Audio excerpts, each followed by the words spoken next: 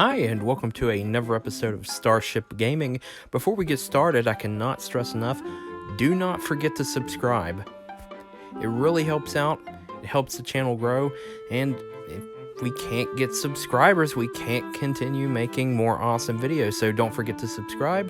So go ahead and smash that subscribe button, and if you like this video, like it, and don't forget to hit the bell if you want notifications of when we make more awesome videos. Now let's jump right into today's topic. Now, over the past few years, Arcade1Up has released some pretty awesome arcade machines, not gonna lie. But there's also a few questions that you have to ask. Are they really worth collecting? Is one of those questions. The first question you have to ask yourself is, which one do I want? And then you pretty much go from there. Now, there are plenty that are still available, but there has been a few that have since been discontinued, including the Star Wars arcade one, which I personally wanted, but I never was able to get my hands on one. And now, that particular one is somewhat expensive, more so than when it was released. And that comes to another question, is what is the collectability of these things going to be like? Like, in terms of value, what is the value going to be like? So I guess that kind of falls under the are they worth collecting category. Personally, I only own one. I own a Centipede one that Arcade1Up released, and sadly it's not really worth a whole lot. Some of the other ones they released, like the Asteroids one, not worth a whole lot. I think the Asteroids one used right now is going, well, not considering eBay prices, but if you was to go locally and purchase one, about $75 to $100 for an Asteroids Arcade1Up, and for Centipede, kind of close to the same price. And then you have some of the ones that will possibly be worth money someday. Of course, the Star Wars arcade one is already going up in price. And then, of course, as you see on your screen here, the Teenage Mutant Ninja Turtles arcade machine, which I think will be worth something someday, considering there is a large market for TMNT stuff.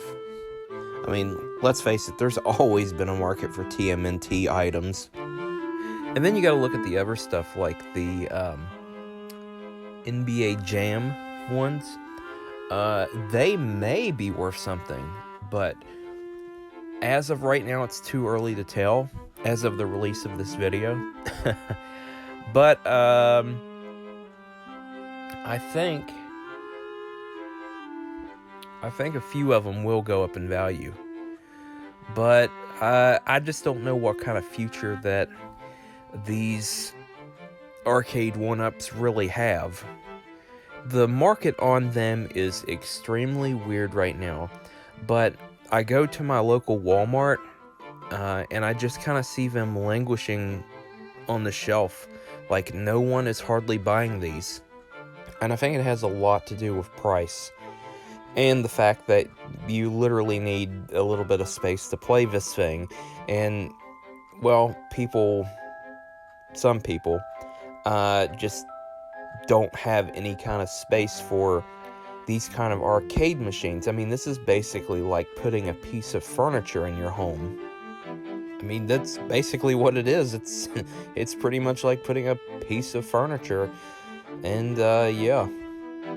But I do think that the value on some of these arcade machines, these Arcade1Ups, will increase over time, but it'll take a long time for them to really be worth anything, at least a decade or two, before there is nostalgia for these things. I mean, they're already based on arcade, units that we used to play as kids, so there's already nostalgia there. But you have kids that are growing up today that their parents go out to Walmart or they go out to GameStop and buy them one of these, and they'll have the nostalgia of these 15, 20 years from now when they are adults.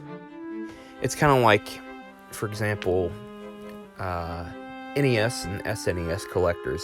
They're trying to find the games that they played when they were growing up as kids, and they money is no object to some of these collectors. And it's the same thing with toy collectors. Like, kids who grew up like playing with He-Man toys or G.I. Joes or Star Wars action figures. There's a collector's market just for about anything. And I think Arcade1Up will find its kind of niche market, which it already has. It was one of those projects, and it kind of reminds me of how the whole saga with the Atari VCS is going. It started out, it's one of those projects that, everybody kind of was negative about it. And when it finally did come out, it hit pretty big. And now, I think it has a lot to do with the 2020 COVID pandemic deal. They're starting to cool off now. They're, people were buying them, and this is sad to say, but when everybody got a stimulus check, people were buying these things like crazy. They were flying off the shelves. And now, everybody wants to get rid of these things. They are literally trying to get rid of them because they're like, what have we done? And there were people who spent their entire stimulus checks literally trying to create their own arcade of these things. And then once they got them and they realized that they'll never use them but a handful of times, then they start pushing them out the door. And now these things are literally littering not only eBay and Amazon, but they're littering Facebook Marketplace. Just people wanting to get rid of these things. But I honestly think this whole thing with arcades, I think right now it's just a trend. I think it'll eventually, and it's starting to show now, it's cooling down. I think there will always be a market for it, but it won't be it won't be as extremely popular. Every few years, this whole trend of arcade stuff, it spikes. This is the first time in a long time that you've been able to get an actual arcade like this. I remember back in the early to mid 2000s, there was like a spike in arcades again, but the only one that I really did see that was sold on the market was the Golden Tees one, which is golf. And I remember going to my local Big Lots, and they were selling these things like crazy. My local Kmart was selling them like crazy. I think Kmart was selling them for like $200-$300 a pop, and then a few years later they showed up at my local Big Lots for like $129 brand new in the box, or you could buy one already pre-assembled if you wanted to. So it's a trend that it comes every few years, and I think it's going to eventually cool down within a few years. I think that eventually, I think that Arcade1Up will continue to thrive to some capacity, but I think eventually it'll cool down. They'll just have to find their way through the market and find a niche market, come up with something original. I've seen this thing that they have. It's like an interactive, I want to call it a coffee table. I haven't really done much research on it. I'm not that familiar with it yet. Eventually I will be, but I think that's an interesting concept, and I think that is the future for Arcade1Up, is interactive furniture, I guess you could call it. Which, that's honestly a really cool concept. But who knows what the future will bring for Arcade1Up. They could continue to thrive, continue making these little arcade machines as long as they could get the licensing to them.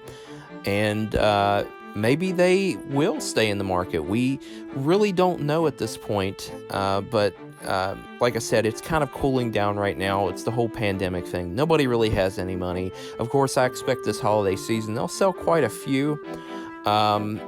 It's just maybe it's a local thing. Maybe some places don't sell as many as other places. I know locally around mine, nobody really hardly buys these things, or at least at the moment they're not really buying them. But I think they will continue to thrive to some capacity, and they'll just have to find their market after everyone is all over this, after everyone is over this little arcade nostalgia craze. So that'll be interesting to see what they bring, trying to avoid that pun, bring to the table, pun intended, in the future. So yeah, it's going to be pretty exciting to see what they do, and hopefully they'll hang in there and continue making products. I know they had a bumpy start when they started coming out with their first arcade machines. For example, the little plastic coverings, the protector, it goes over the arcade joysticks. Yeah, that was a bit of a fiasco till they finally, offered those to customers who they bought an Arcade1Up unit and it didn't have one. I know I bought a Centipede machine, it didn't have one, and then, there were problems with the trackballs on the Centipede machines. Mine had that. I eventually got that fixed. I ended up having to fix it myself. But yeah, but I think that I think at this point they've pretty much perfected it, and they'll just have to try to hang in there and come up with something fresh and new every year. So it'll be exciting to see what they bring out. So I hope you enjoyed today's episode. Don't forget to like and subscribe and hit the bell if you want notifications of when we make more awesome videos. And until next time, I will see ya.